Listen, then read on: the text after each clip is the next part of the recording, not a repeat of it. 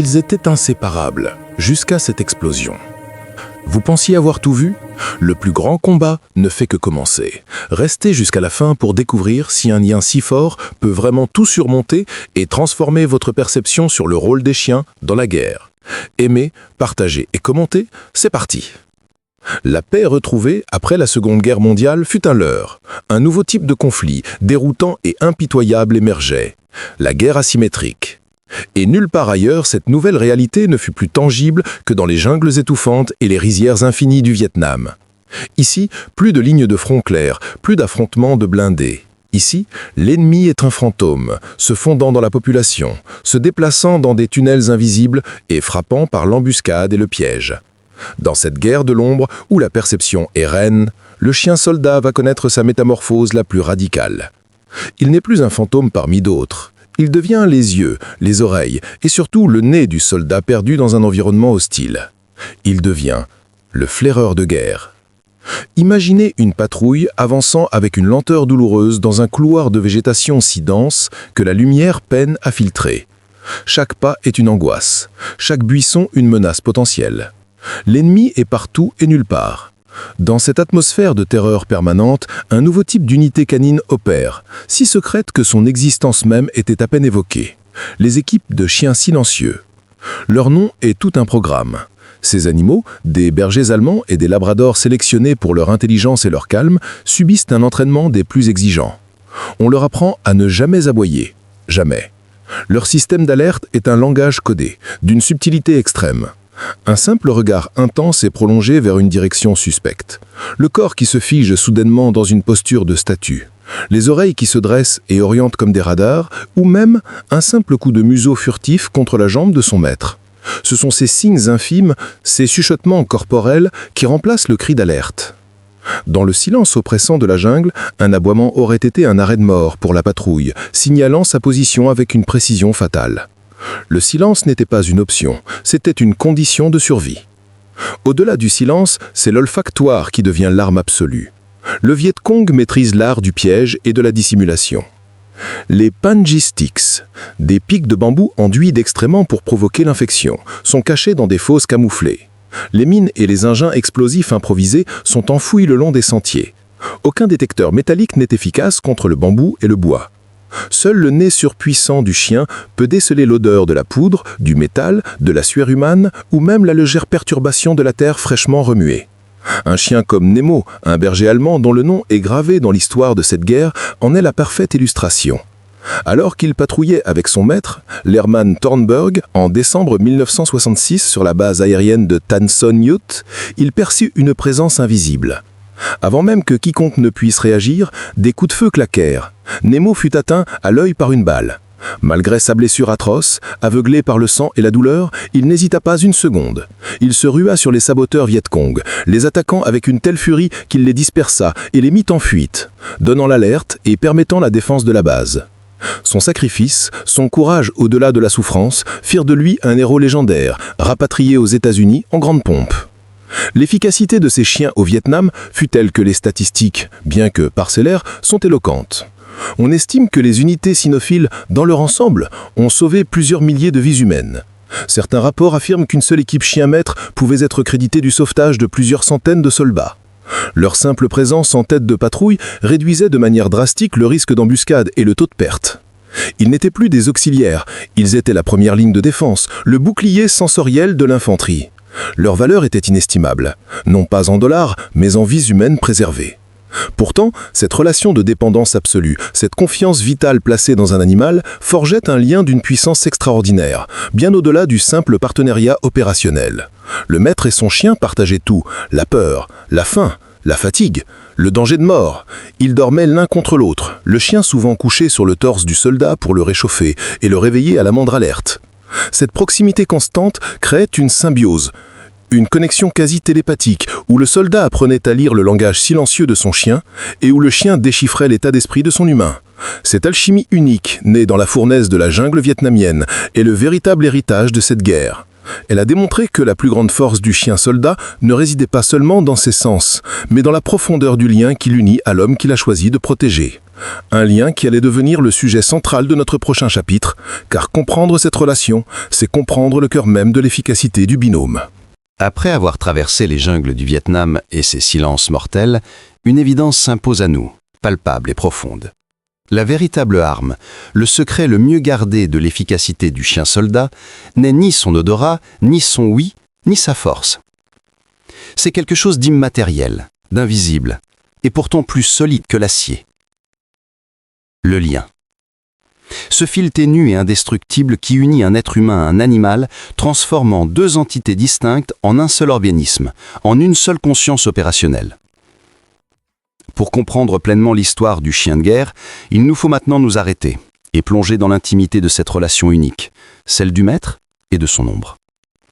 Imaginez un homme et un chien, seuls au monde, au milieu d'un camp d'entraînement. Au début, ils sont deux étrangers. Le soldat, souvent jeune, porte en lui le poids de son futur engagement. Le chien, sélectionné pour son tempérament et son drive, est une boule d'énergie et d'instinct. La première rencontre est un mélange de curiosité et de méfiance.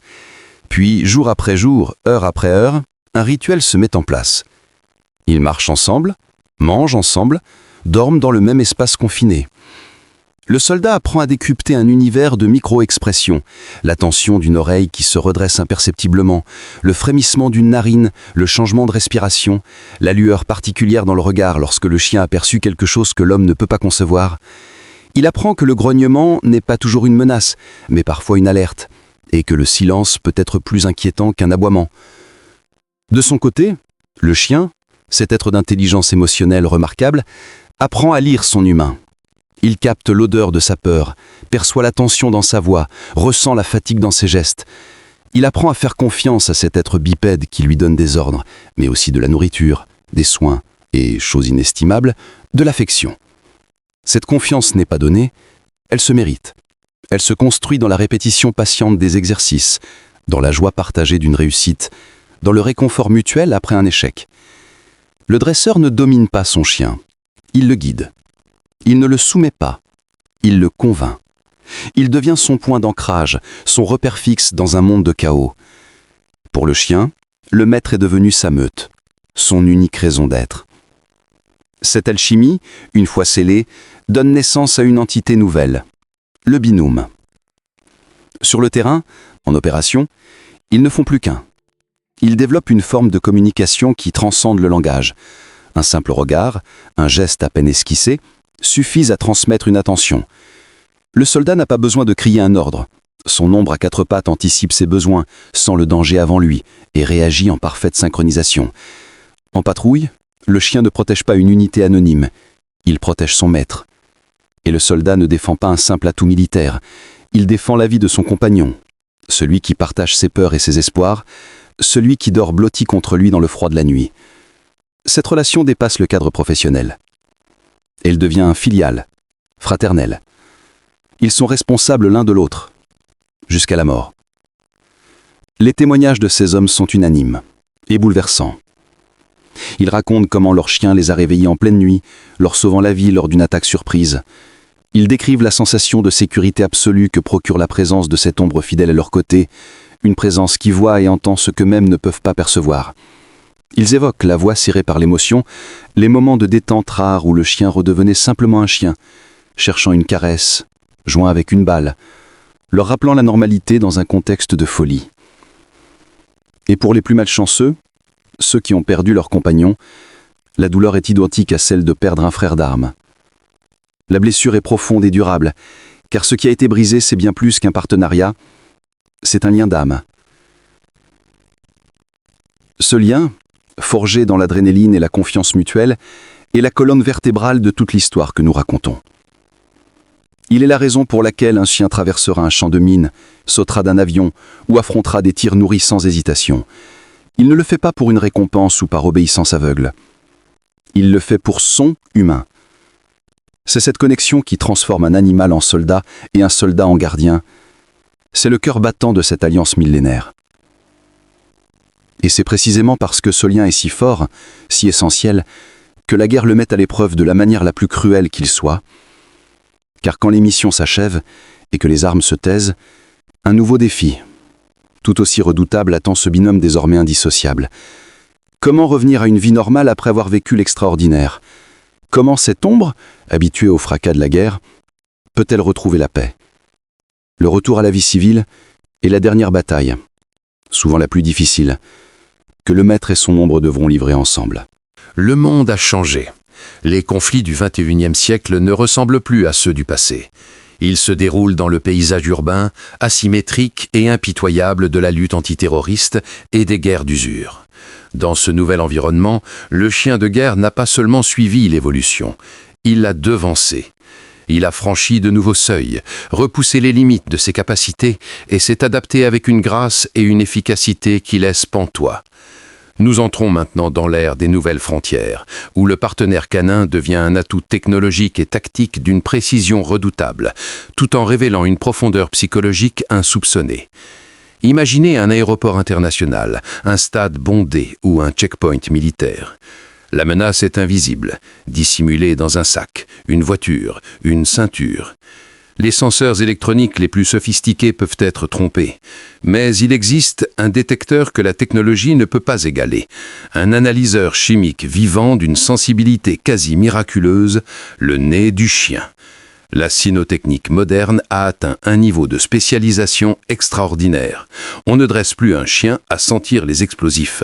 On l'entraîne à discriminer des composants chimiques spécifiques.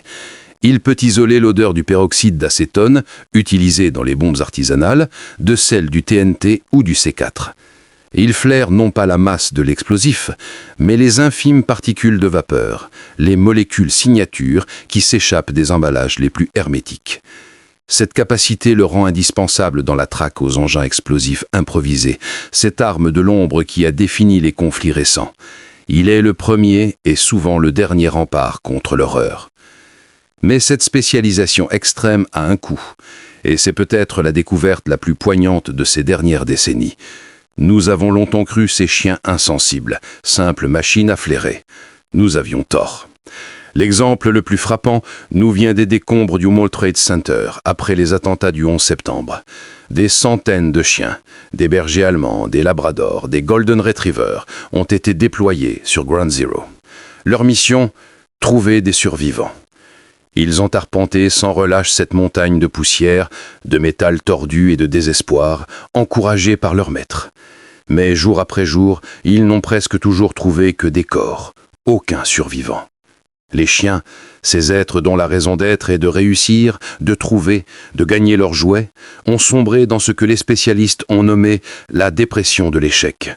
Ils étaient désorientés, tristes, refusaient de travailler. Leur morale était brisée.